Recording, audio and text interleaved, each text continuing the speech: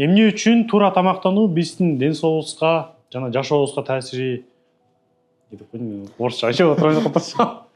Короче, почему правильное питание – это суперсила для мозга и тела? Кыргызча кандай болуп турасың, Симон? Эмнеге жакшы тамактануу, туура тамактануу биздин денебизге жана мээбизге пайдалуу да. Туура эле. Врачкам айткандай эле ошол тема боюнча сүйлөшөбүз. Давай баштайлы. Эмнеге сага суроо? Эмнеге пайдалуу деп ойлойсуң? Мээге жана денеге. Жана бул дене менен мээге эле эмес, бул жашообузга дагы, кылып жаткан ишибизге дагы пайдасын тийгизет да. Алга максаттарыбызга да жеткизе турган бир эң важный ключ. Бул вообще жашоо. Негизи эле тамак жок жашай албайсың да, туурабы? Бирок ошол тамак дегенде эле любой нерсени оозго салып эле наракка кетирип эле нарактан чыгара бербей, ошол нерседен мындай туура кетириш керек да ошакасы. Ооба. Давай. Туура тамактануу бул негизи чоң тема да. Ал темадан көп сүйлөшсө болот. Мисалы дене боюнча сиз айткандай эле оозуңа ар нерсени сала берсе, оорусуктоо деген көп болот. Мисалы гастрит деген нерсе бар. Кээ бир студенттер азыр мисалы көптөрү тетно альконик, кукси, нитролорду ичип өзүнүн ден соолугун өлтүрөт. Вроде тамак жеп атат деп ойлойт. Тамак жеп атат. Суу ичип атат, суун канып атат деп ойлойт да, бирок зыян болот да. Мындай тамак жебейт да, ошолорду эле жейт. Курсагын биртке тойгузуп алат, анан болду, ошо менен жашай берет да. Ошо көп деле өтпөйт, 1 жылдан кийин уже гастрит кармайт да. Отказ берет. Ден соолугу жаман болот, операция болушу мүмкүн, анан акча кетет, проблема көп да.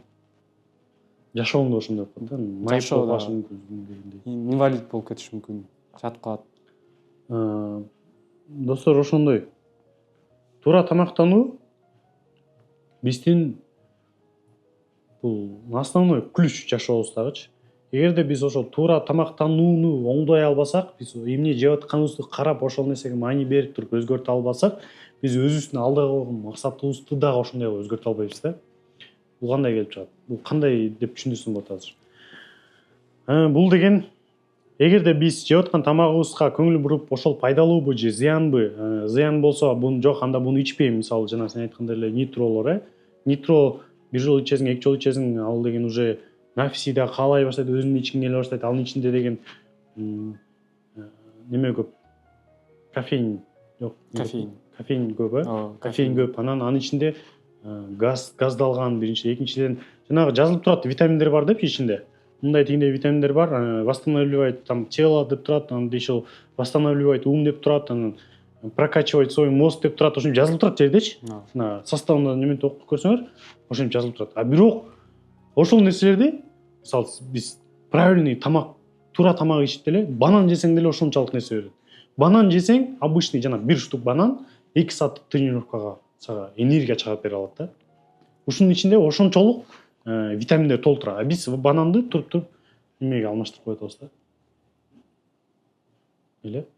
Нитролорго ушундай нерселер, флештерге алмаштырып коет атабыз. Баасы болбосо арзаныраак. Ооба.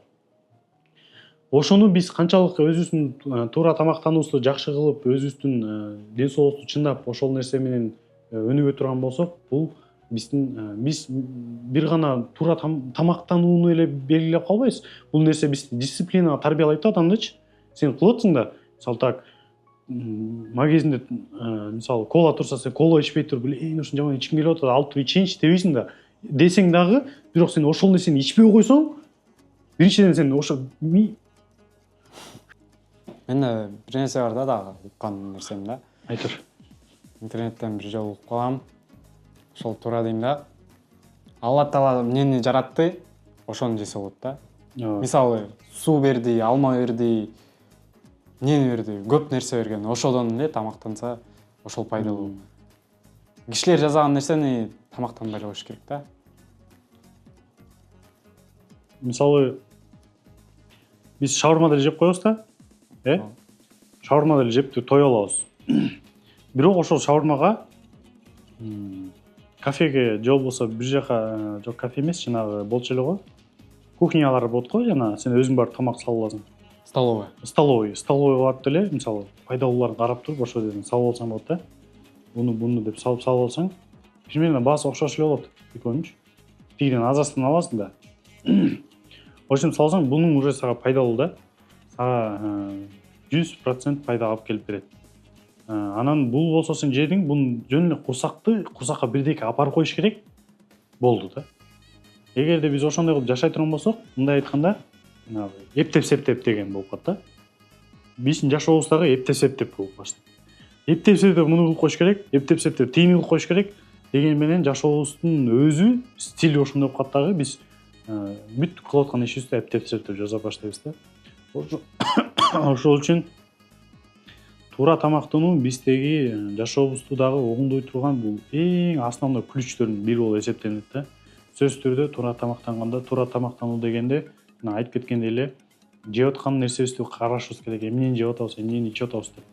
Бул нерсе силердин өзүңөргө эле, мисалы, мен кандай дейин, күнүгө неме ичип койдум, фастфудтан жеп коюп атам, күнүгө туруп коладан ичип коюп атам.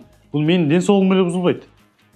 Менин балдарымдын ден соолугу да бузулат да. Бул нерсе тарала турган нерсе, бул бир эле кишинин немеси менен эмес, бул тарала турган нерсе. Жанагы кээ бир немелер болот. Мисалы, эми ал жакка көп кетпей эле коелу, бирок жанагы мен угуп калчумун эле. Үй бүлө, жаңы үй бүлө балалуу боло алышпайт да. 3-4 жылдан бери балалуу боло алышпайт. Анан ал эркек аялын күнөөлөй берет, сенден кетип атат деп. Бирок эркектин өзүнөн да кетет, жанагы мисалы тамеки чегип жүрө берсе, же болбосо арак ичип жүрө берсе, ал нерсенин баардыгы уруктугун, эркектин уруктугун слабыйына алып келет да. Эгерде биз ошол эле учурда туура тамактанып, туура питание кылып, өзүбүздүн ден соолук жакшы карап жүрсөк, өзүбүз тренировка кылып жүрсөк, биз өзүбүздүн генибизди бек алып өзүбүз оңдойбуз, башкача кылабыз. Мисалы, биз мындай айтабыз го, атам да арык, апам да арык, мен да арыкмын депчи.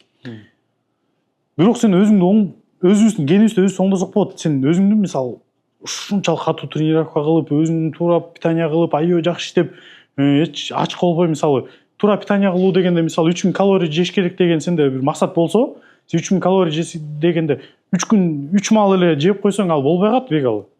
Эртең менен туруп 1000 калорий жеп тур, түштө 1000 калорий жеп тур, кечинде 1000 калорийни уруп салсаң бир эле туруп, ал аш болбойт.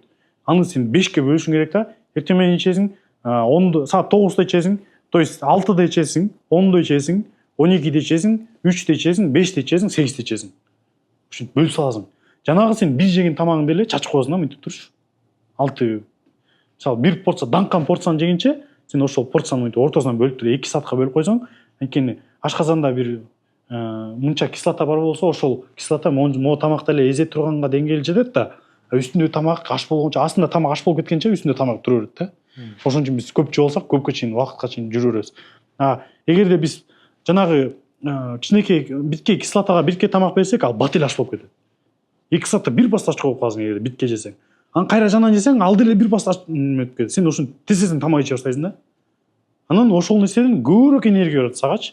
Сен жанагы бир жеп койдуң, бирок сен ошодон кыйналып калдың биринчиден, организм кыйналып калды, өзүң кыйналып калдың. Бирок ошол нерседен массадан набирать эте албайсың да. Жанагындай кылып туруп бөлүп салсаң, сен даже дополнительно өзүң дагы бирдеке кошсоң болот үстүнө. Бирке эми протеин деле колдонуш не обязательно, бирок колдонсоң биткеден колдонуп койсоң, дополнительный да плюс кош бере алат да. Мисалы 3000 калорийге жеткизе албай 2900 калорий болса, 100 калорий кошуп койгонго мүмкүнчүлүгүң болуп, ошентип кош туруп өзүң жеп ошентип иштей турган болсо, бул биринчиден дисциплинага тарбиялайт, экинчиден жашообузга тарбиялайт, үчүнчүдөн биздин тиги будущий жашообуздагы бала чакаларыбызга чейин таасир тийгизет турган нерсе да. Ошол үчүн туура тамактануу бизге аябай важный, аябай керектүү нерсе. Бул нерсени жөн эле же фастфуд жеп коем, же майлуу нерсе жеп коем, же KFC жеп коем, бургер жеп коем, кола ичип кое берем, эчтеке болбойт деген болбойт. Бул нерсе биздин балдарыбызга чейин таасир этип турган нерсе да. Ошон үчүн өзүбүздүн жашообузду оңдой элесек, туура тамактанууну үйрөнөйүк.